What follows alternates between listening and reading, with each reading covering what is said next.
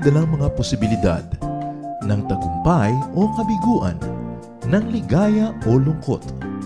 Kaya marapat lamang na tanggapin si Jesus bilang tagapagligtas at Panginoon. At matapos yun ay panariwain ang katapatan at paglapit sa Kanya bawat araw o day by day. Ang day by day ay naglalayong umalalay sa pang-araw-araw na pamumuhay. Narito po si Kuya Ed Lapis sa mensaheng pinamagatang Having Peace in the Family.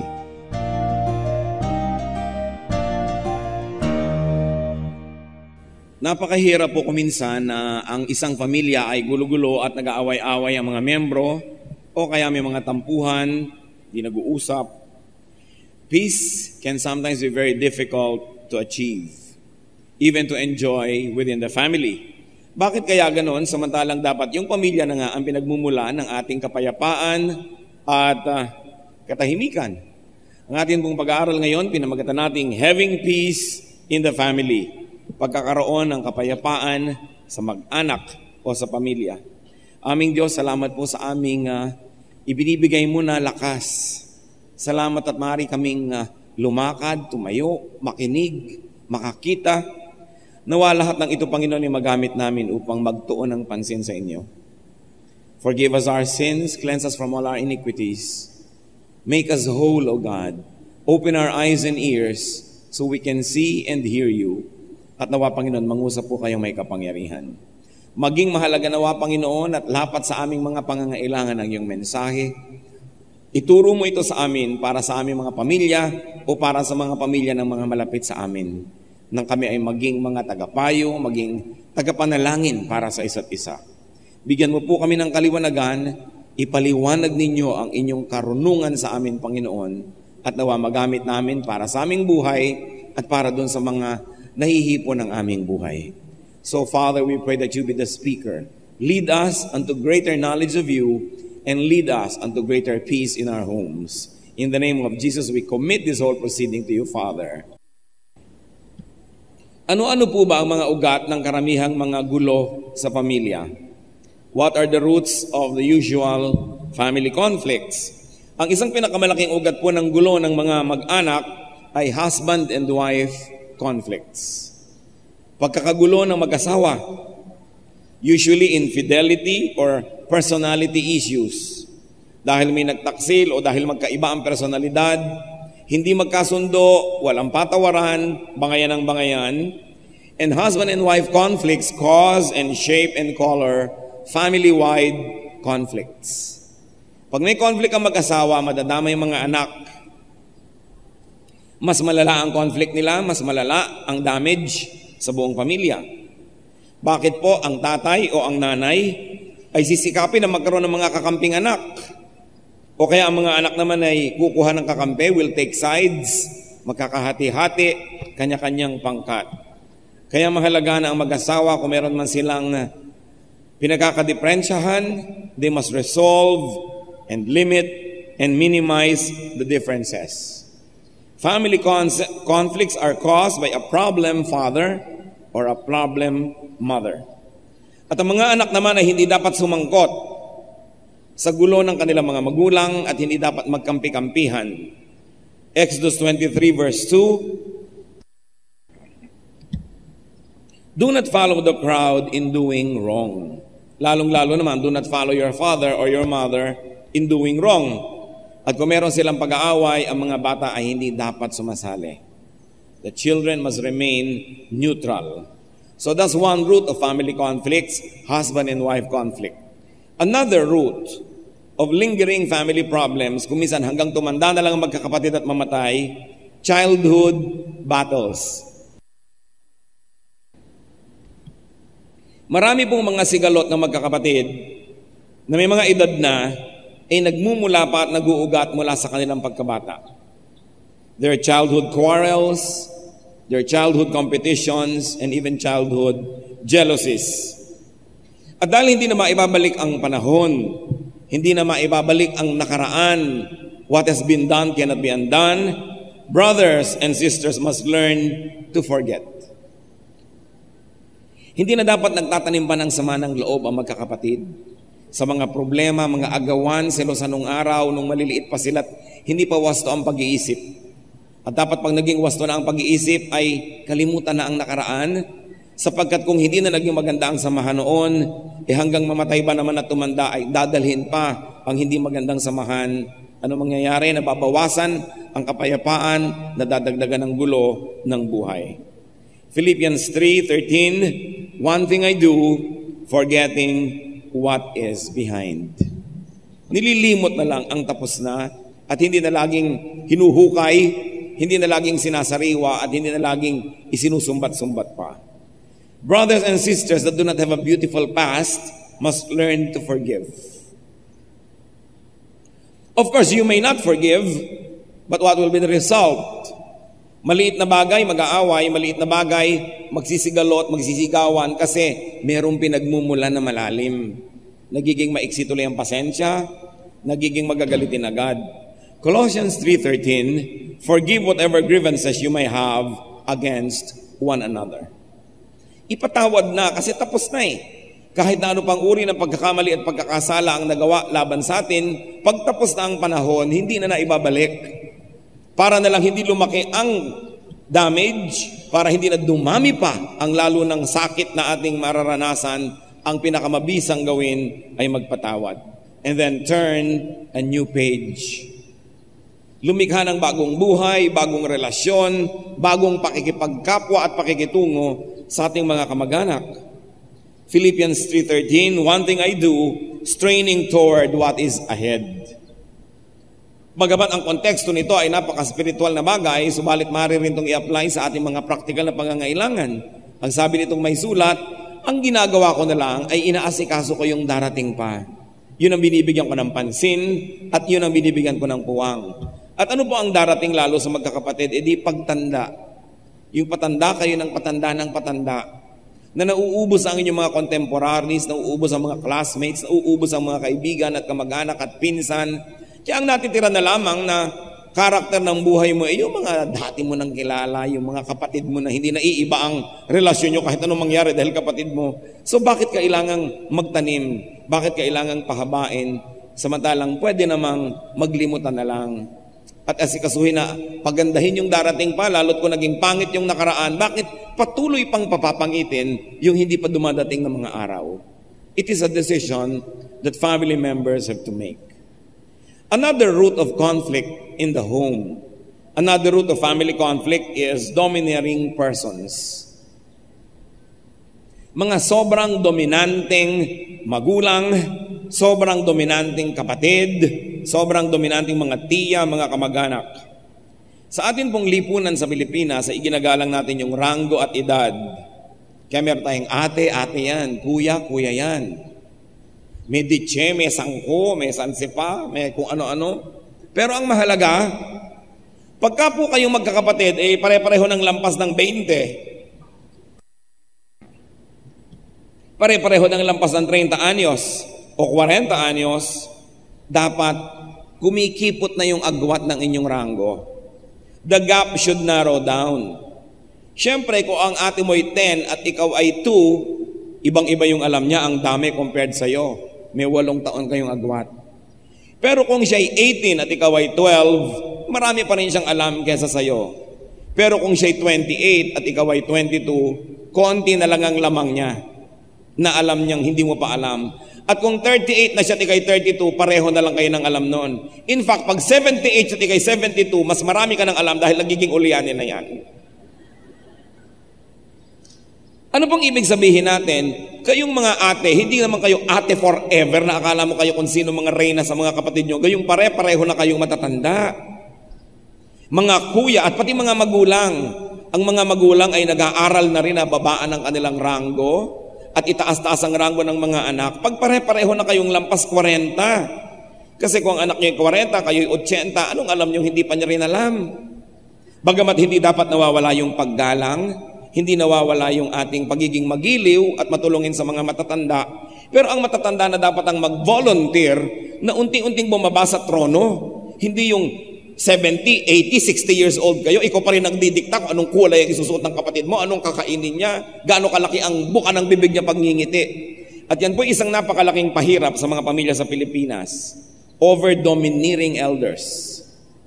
Nalilimutan nila na ang mga dating mga batay matatanda na rin at dapat na ring igalang at dapat na ring pagbigyan.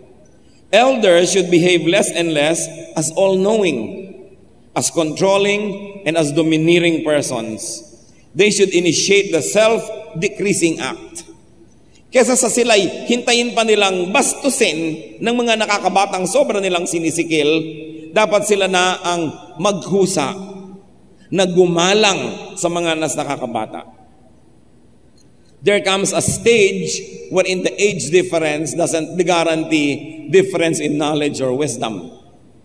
Kaya dapat ay marunong tayong magbigay.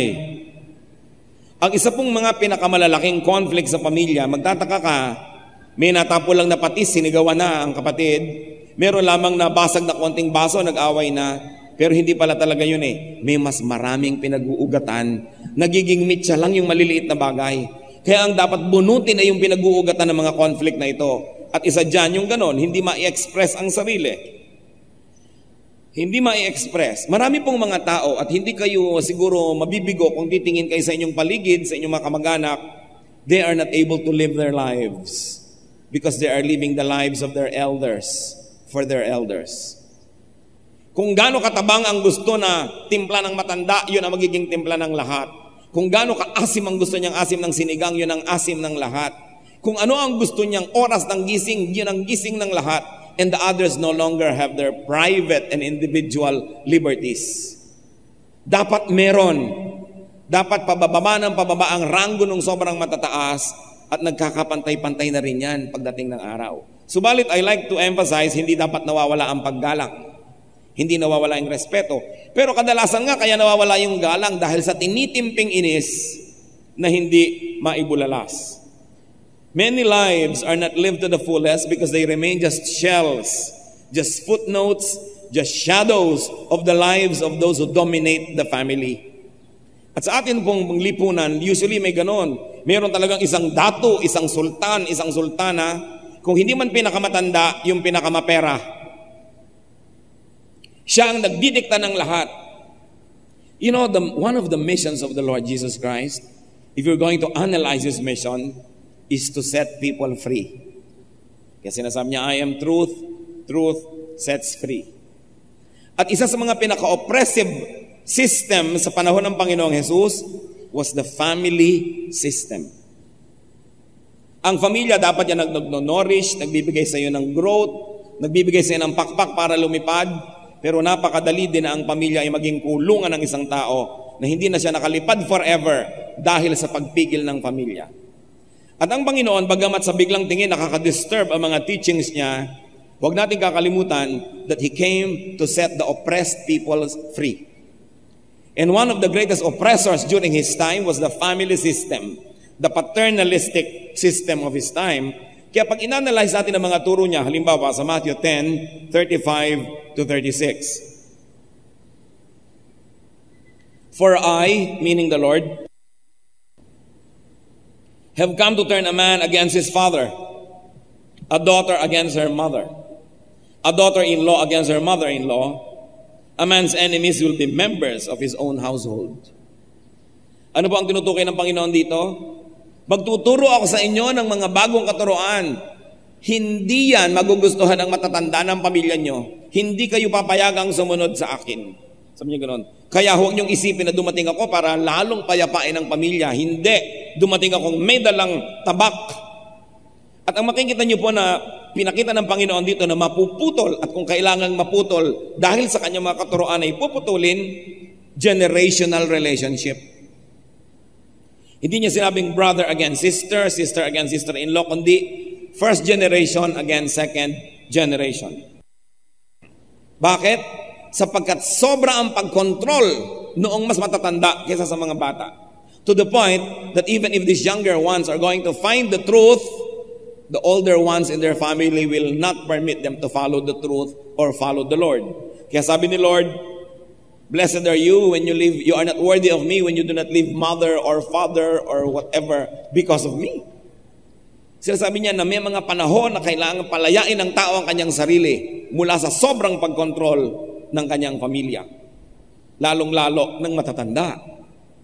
Sa Matthew 12:48-50, no ang Panginoon po'y nagtuturo sa loob ng isang bahay at punong-puno ng tao, hindi makapasok ang kanyang nanay. Sabi ng nanay niya, palabasin mo, nandito ka mong nanay niya. Ang sagot ni Jesus, He replied to him, who is my mother? And who are my brothers? Pointing to His disciples, He said, here is my mother and my brothers.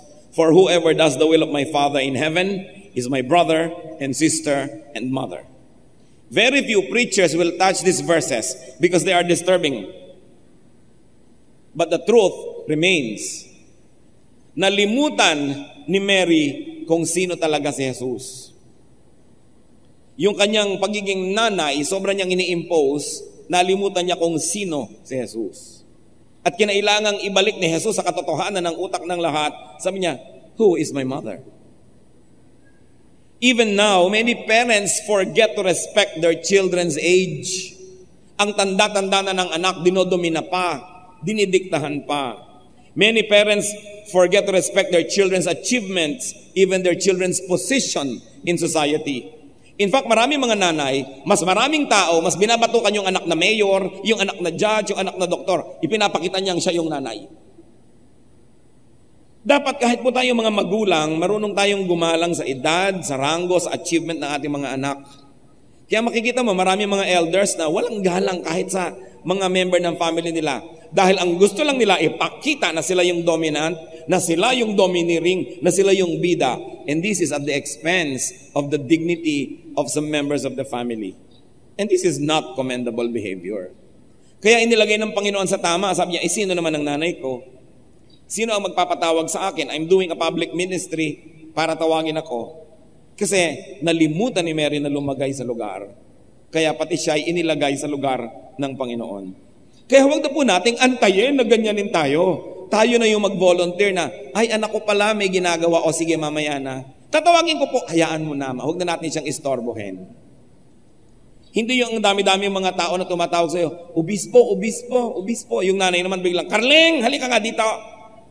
Ipapakita niya kung sino siya. Yabang yun eh. Bakit hindi mo rin tawagin na, obispo, may nawala ba sa iyong pagkamagulang kung ikaw mismo ang nagbibigay ng example sa iyong mga nakakakita sa iyo na iginagalang mo yung tao?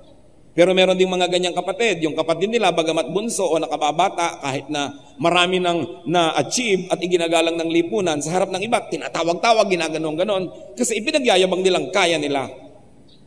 And this should not be the behavior, especially of the people of God. Sa Matthew 8:21-22, may tinawag ang Panginoon, halika, sumunod ka sa akin. Another disciple said to him, Lord, first let me go and bury my father. Jesus told him, follow me and let the dead bury their own dead. Another difficult teaching, but nevertheless it came from the mouth of Jesus, therefore it must be preached powerfully. Siguro itong taong ito, buong buhay niya, wala nang ginawa kundi mabuhay sa anino ng kanyang ama. Hindi na siya nagkaroon ng sariling buto, sariling paninindigan, sariling buhay dahil controlled na controlled. At nung namatay na, tinatawag na nga ng Panginoon, sumunod ka sa akin. Hindi pa rin makasunod because of filial obligation. At sabi ng Panginoon, tama na yan. Makalaya ka na. Hayaan mo na sila ang maglibing. Sumunod ka na sa akin. I don't think na tinuturuan po ng Panginoon ang mga anak na huwag maging magalang sa anak. Sa magulang rather. Pero itinuturo niya na pag Diyos ang tumatawag sa iyo, ang work ng Panginoon na tumatawag sa iyo, dapat alam mo na may magulang ka sa langit na mas mataas ang ranggo. At saka itinuturo rin niya na sobra-sobra na ang pagkontrol, that you must be set free. Conversely and effectively, Jesus emphasized children's rights. Alam niyo po, nung araw, lumaki kami na pag may bisita, ligpit ang mga bata, huwag kang pakalat-kalat. No? Hindi ka pwede magpa-cute, pandidilatan ka ng lola mo, talagang talsika. Bata, alis dyan, puwera, ganon.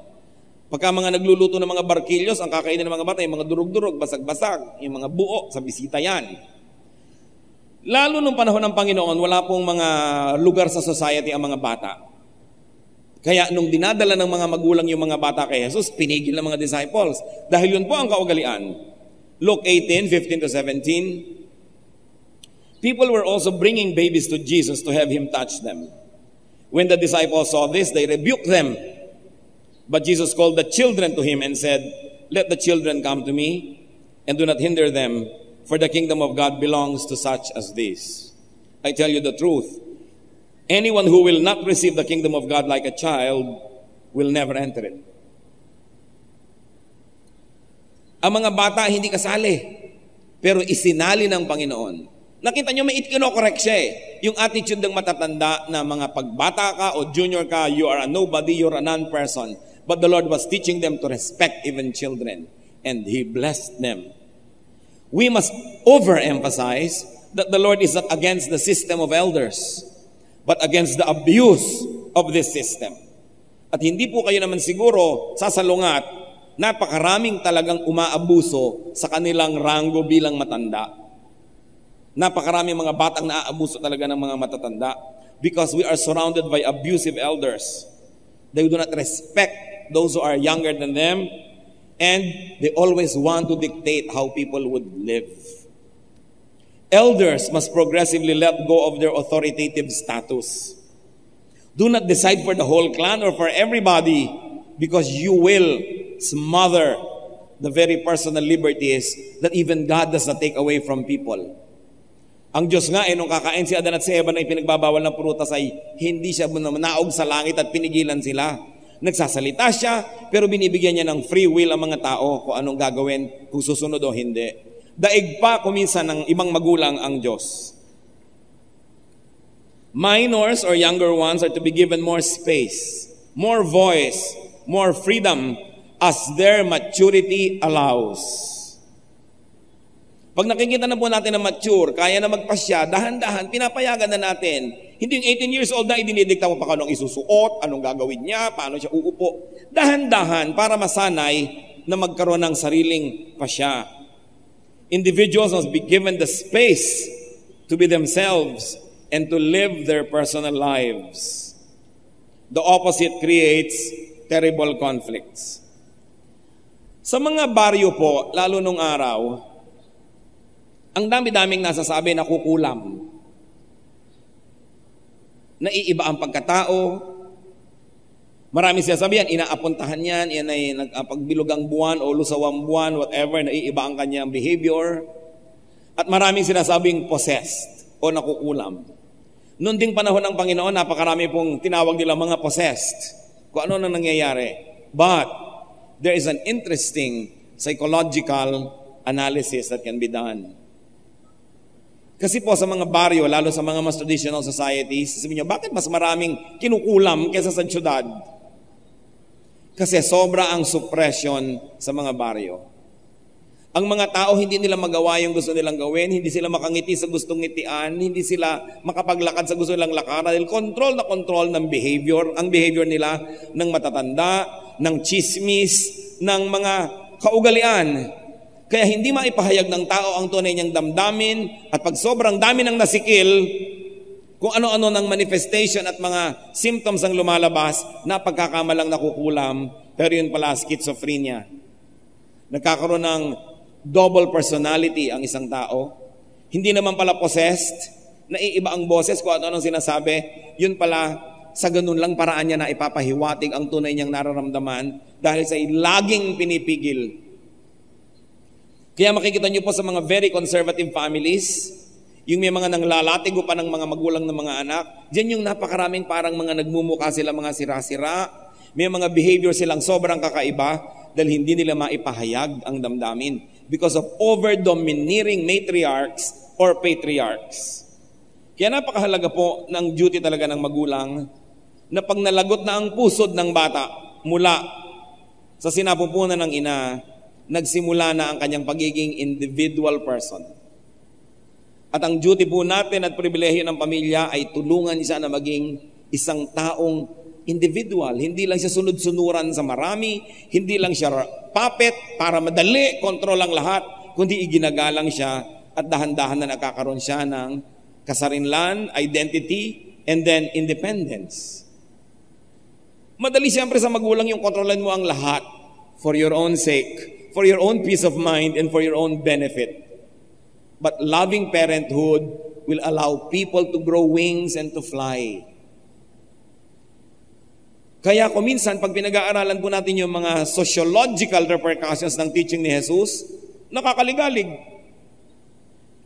Dahil ang talagang tunay niyang misyon ay palayain ang mga taong nakabilanggo. Iba't ibang bilangguan, and the family can be one of those prisons. Another root of family conflict is religious and political issues.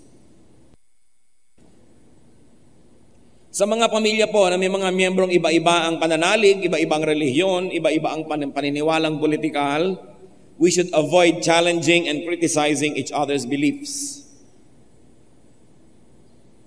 We should stop aggressive proselytizing. Na hindi po kamo tayo na nasa Bible na nakakilala sa Panginoon, wala ka nang ginawa kundi i-convert na yung mga kamag-anak kahit wala sa panahon, kahit ayaw makinig, kahit wala sa mood. We must respect everyone's freedom of conscience. Because even God does not interfere with his freedom. 1 Corinthians 8:9, be careful, however, that the exercise of your freedom does not become a stumbling block to the weak. At ganun din naman that the exercise of your faith does not become a stumbling block to those who have other ideas. Kung sa ayun yung nga pong sariling local church, may mga conflict pa, and even among those in the same congregation, may conflict pa rin ng mga paniniwala, yung mga detalye. So bakit yung aawayin ng inyong mga kamag-anak, ang inyong mga kapatid, kung iba ang kanilang pananaw? It is important that while you zealously believe in your faith, that you do not impose your spirituality on family members. Ito po ang isa na patunay na nagmamature ang isang tao, yung natututo siyang gumalang sa pananaw ng iba, kahit ang pananaw na yun ay salungat sa kanyang sariling pananaw. Na hindi mo pilipitin ang braso ng lahat para sumunod sa iyo. At lalo rin naman political issues and affiliations, hindi dapat pinag-aawayan. Kung yun ang gusto niyang isuporta, di yun, ikaw ito, pero huwag na lang pag-awayan yung ganyang mga bagay dahil dumadami ang mga hindi naman dapat na naggugulo sa pamilya. Another root of family conflict is money. Property, inheritance. Therefore, parents should be fair as possible. Kasi kung hindi sila naging fair sa kanilang mga anak, matagal na silang namayapat sa makabilang buhay, magulo pa ang mga anak nila dahil sa iniwang gulo ng magulang.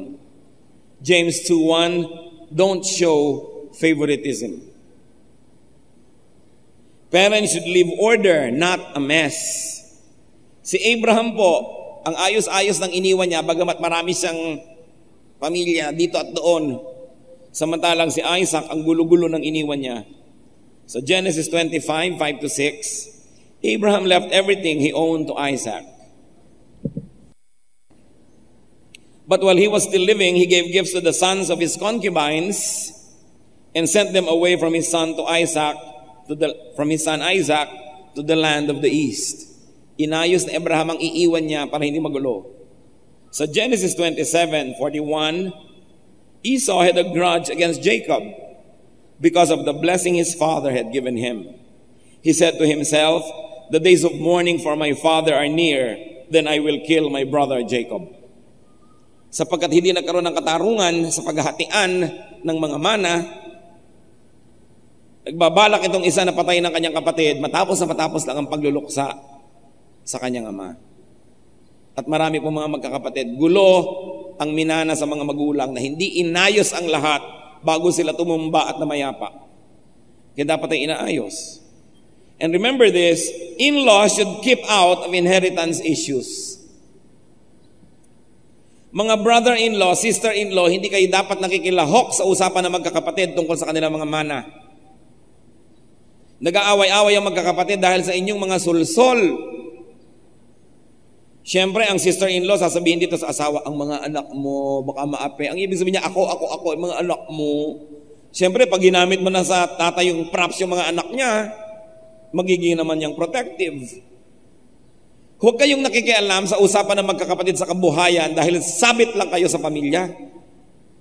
Dapat yan napakalinaw kasi nagkakagulo ang magkakapatid sa pakikialam ng mga in-laws. And why can't many families incorporate? Bakit pag kami manahing kaprasong bukid, hindi sila magtayo ng family corporation at sosyo-sosyo? Pinaghahati-hati kahit itigit-tigis ang dangkal na lang. That is one thing that we have to learn as a people, to incorporate. Kasi yung bahay na malaki nung minana, nagkaputol-putol, lawanid dito, lawanid doon, nagmukha na tuloy na barong-barong. But hindi mag-incorporate. It is important to learn this. And brothers and sisters, need we say, help each other. Matthew 5:42, give to the one who asks you, and do not turn away from the one who wants to borrow from you. Kung kapatid mo pa, di lalo na. And important naman, mga magkakapatid, pay loans and pay your obligations. Hindi yung hihiram kayo, inilista sa tubig, inilista sa yelo, pag natunaw, bayad. Romans 13:7, give everyone what you owe him. Kung may utang ka, bayaran mo muna bago mangutang ka na naman at nang hindi ka pagsawaan. And it's important sa mga pamilya, work and earn your keep. Isa sa pinakamadalas pag-awayan ng mag-asawa, ang pagtulong ni kuya sa mga kapatid niyang tamad. Ang pagtulong ni ate sa mga kapatid niyang batugan, pinag-aawayan ng mag-asawa. Bakit kayo kailangang maging dahilan ng pag-aaway ng mga kapatid niyo at kanilang asawa? So huwag tayong pabigat. Kailangan gumawa tayo ng paraan and work for your money. 2 Thessalonians 3:10, if a man will not work, he shall not eat. Don't expect a free ride and a free circus.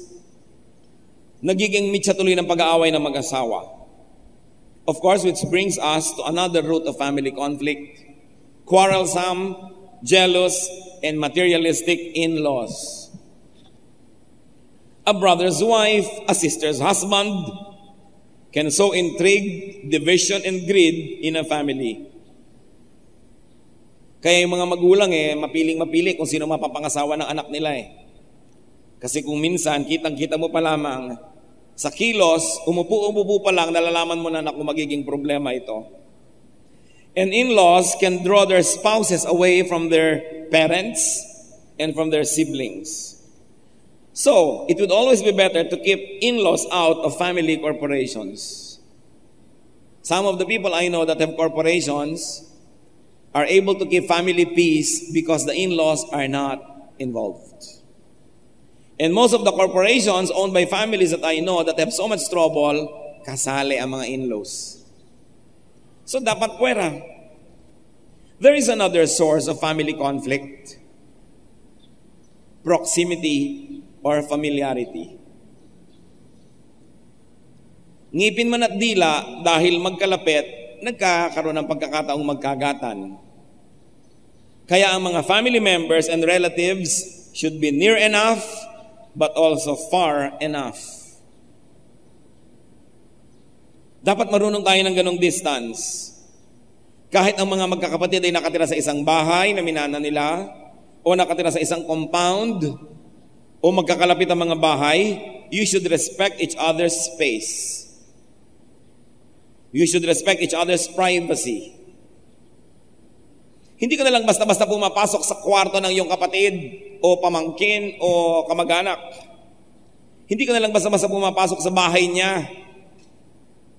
Baka mamaya nag-iisip siya, baka mamaya nag-aaway sila mag-asawa, baka mamaya pinapangaralan niya ang kanyang anak. Pasok ka na lang ng pasok nang hindi naman iniimbita.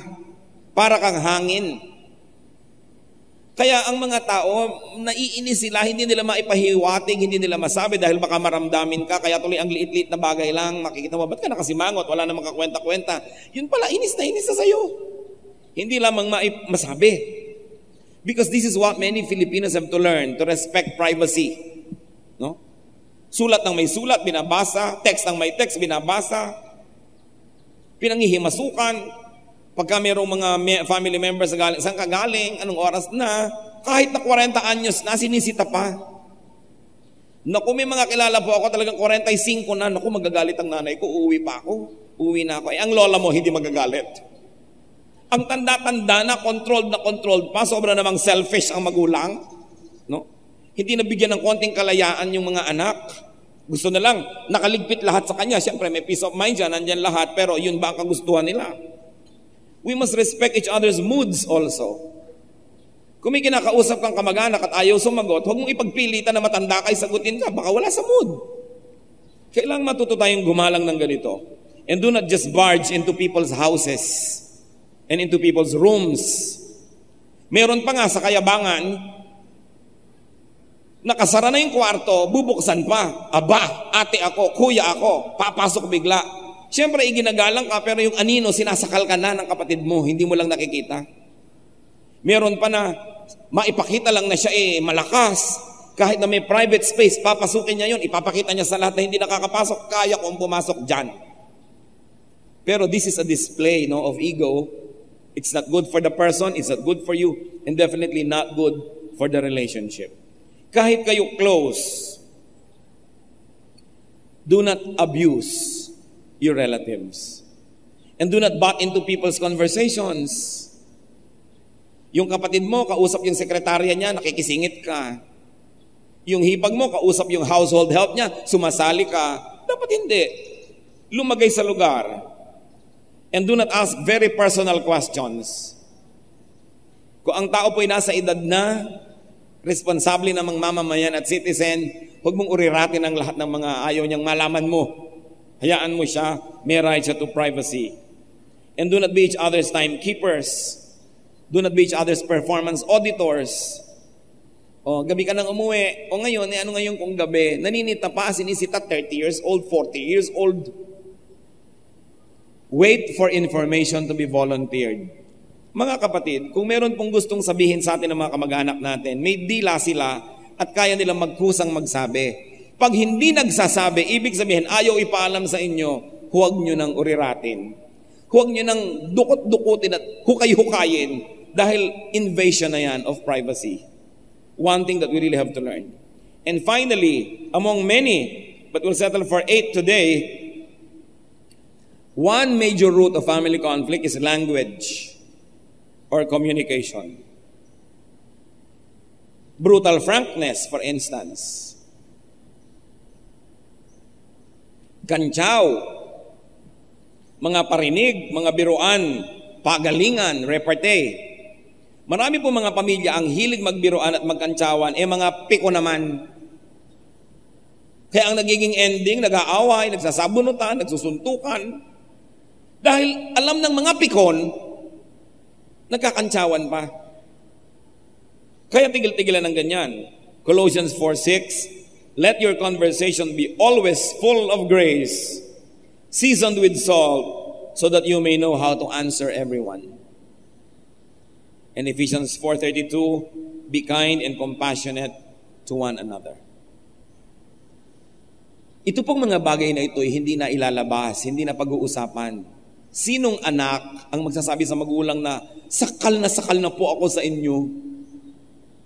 Sinong mga batang kapatid ang magsasabi sa mga ate at kuya na banas na ako sa iyo, ang tanda-tanda ko na itinatrato mo pa akong bata? Kaya kadalasan, ipon at bigla na lang sumasabog, at pag sumabog ito, halos ang laki-laki ng damage, hindi na ma-repair. Kaya mahalaga mga kapatid, pag-usapan natin. Kailangan natin itong isipin. Family conflicts can be greatly reduced with forgiveness. Kung nangyari na. Patawarin na lang, kesa naman habang buhay, dalhin mo yung sama ng loob. Colossians 3:13-14, bear with each other and forgive whatever grievances you may have against one another. Forgive as the Lord forgave you. And over all these virtues, put on love, which binds them all together in perfect unity. And family conflicts can be greatly reduced with respect for each other. Nakita niyo po ang itinuro ng Panginoong Jesus at binasa natin sa Biblia. Kaya huwag niyo sasabihin, inimbento ko. Pati mga bata, iginagalang natin. Mga bata naman at kabataan, don't take this as a license na gawin ng mga ibig nyo. Ang sinasabi dito, as you prove your maturity and as you prove your ability to control yourself and to live righteous lives, then you will win the respect of your elders. Pero kung kayo irresponsable, gumising lang ay hindi magising, sa eskwela lang ay laging late pa, ay asahan nyo, nakokontrolin nga kayo ng inyong mga mahal sa buhay dahil hindi nyo inaayos sa inyong buhay.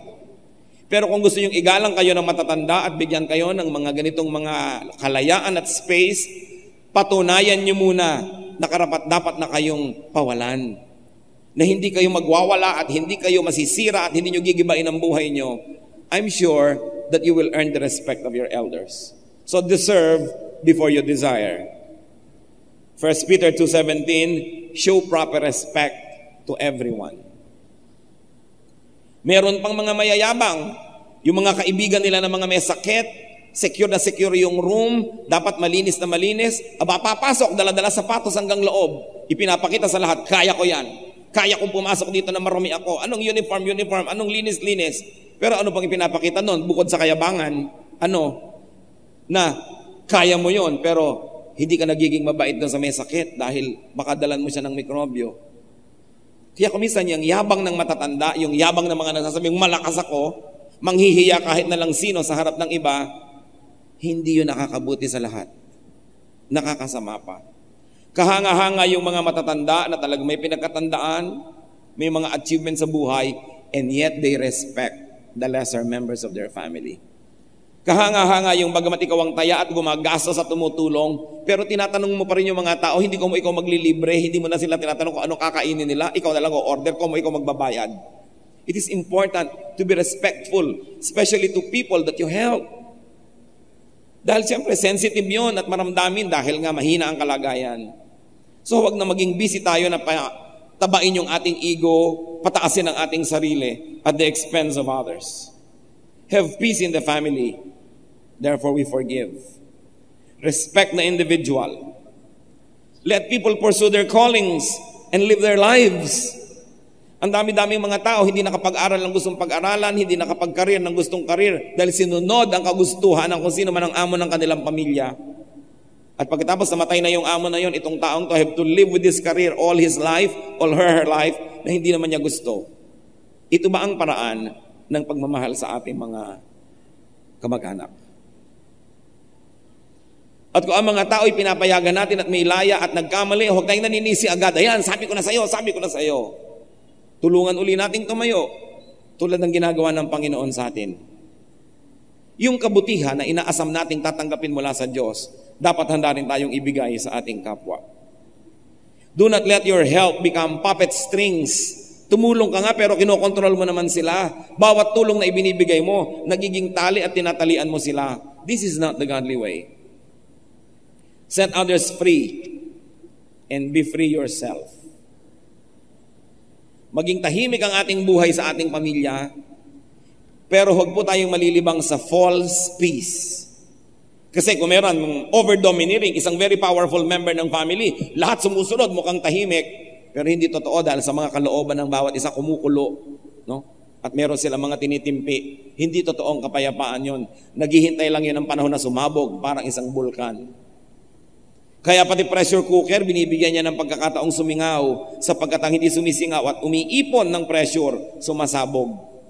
Kaya marami mga family members po natin kung minsan nag-flip, kung minsan nalalagay sa mga basement ng mga ospital, kung minsan nalalagay sa mga psychiatric wards, yun pala ang daming hindi maibulalas na damdamin.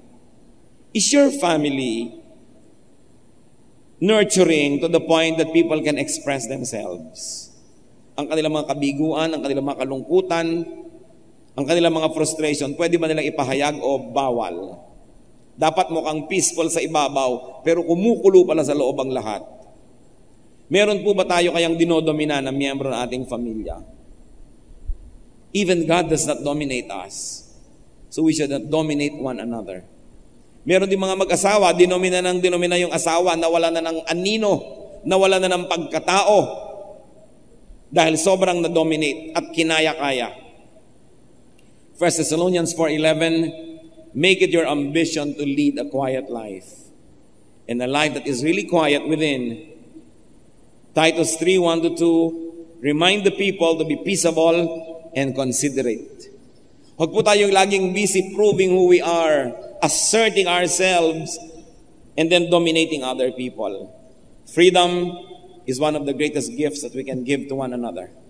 And it is a gift that God gave to each one of us. Napakahalaga po, mag-analyze tayo. Aming Diyos, sa iyong mga salita na ito, suriin niyo po kami kung kami ay guilty. Do we over-dominate a family member? Lalo yung mga hindi mahilig magsalita, hindi maingay, hindi strong ang character, kinakaya-kaya na lang ba namin? May mga kapatid ba kaming inaapi-api na lang? Panginoon, ipakita niyo po sa amin ang iyong pamamaraan.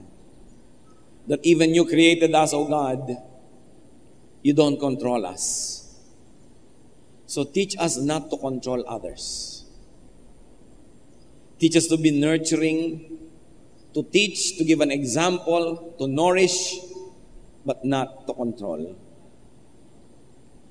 Suriin niyo po ang mga mag-asawa kung meron silang competition going on to dominate each other. Suriin niyo po ang mga magulang at mga anak at mga magkakapatid at ipakita niyo po ang kalagayan ng aming pamilya. Sa mga binanggit pong mga 8 dahilan, pinag-uugatan ng mga problema ng pamilya, alin po o alin-alin ang totoo sa aming mga pamilya. Ipakita niyo po sa amin, Panginoon, kung kami ay responsable. If we are responsible for such things, because we like to have peaceful families, O God, teach us to make your ways our ways, to make your peaceful ways our ways. Mga kapatid, magbulay-bulay tayo. Humingi tayo sa Panginoon ng karunungan na manamnam, matanggap ang mga salitang ito, at maihanap ito ng mga praktikal na paglalapat sa ating buhay. At magkaroon tayo ng pagpapasya na huwag mangdomina ng kapwa. At tayo man, let us earn the right to be respected and not to be dominated. Ayusin natin ang ating mga buhay at mga pamilya. At kung maayos na, salamat sa Diyos, maging halimbawa nawa tayo at pagpapala sa mga dapat maayos pa. Sa ilang saglit ng katahimikan, magbulay-bulay, pakinggan ang tinig ng Espiritu. Nakakagulat man, kuminsan man disturbing ang messages, but the words of God are meant to change our lives, not the words of God adjusting to what we want. Lumagay tayo sa lugar kahit tayo ay mga matatanda, kahit tayo ay mga mapera o tayo ang tumutulong sa ating mga kamag-anak, huwag aalisin ang paggalang. Let the Lord continue to speak to us.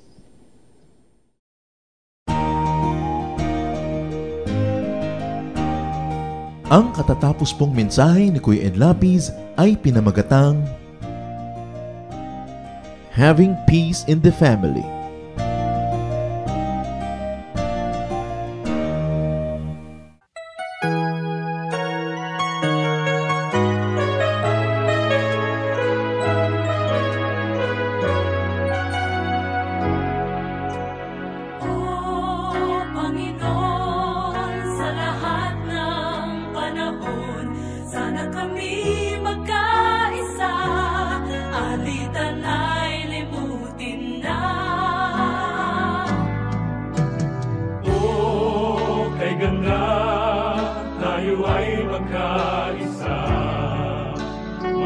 Magkakigising na, purihin ang pangalan niya.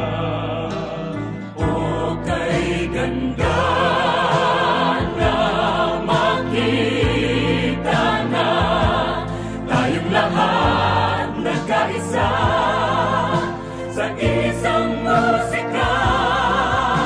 Limutin ang alitan ng gulo at tampuhan. Si Kristo, siya ang tanging daan, tanging daan. O Panginoon, sa lahat ng panahon, sana kami magkaisa, alitan ay limutin na. O kay ganda, tayo ay magkaisa,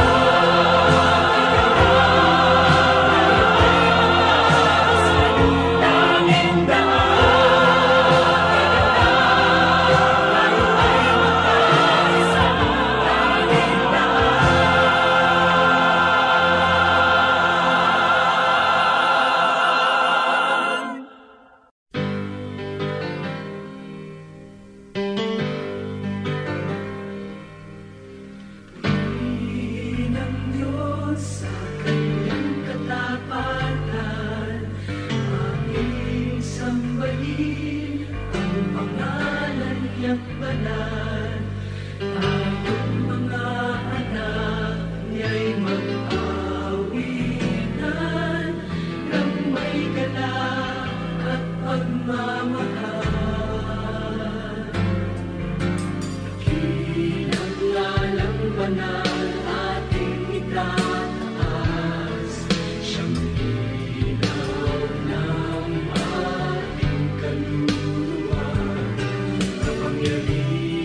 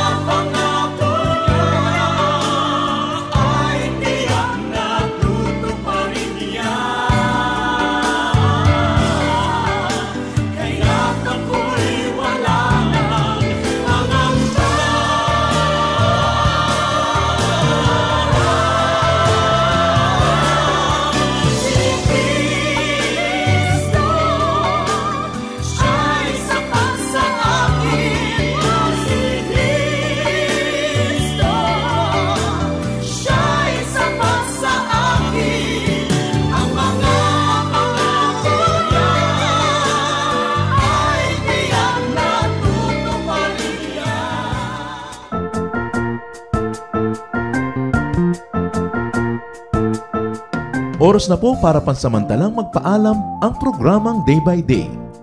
Tayo po'y magsama-sama tuwing ika-6 hanggang ika-7 ng umaga, araw-araw. Magandang umaga po at mabuhay ang Panginoong Hesus!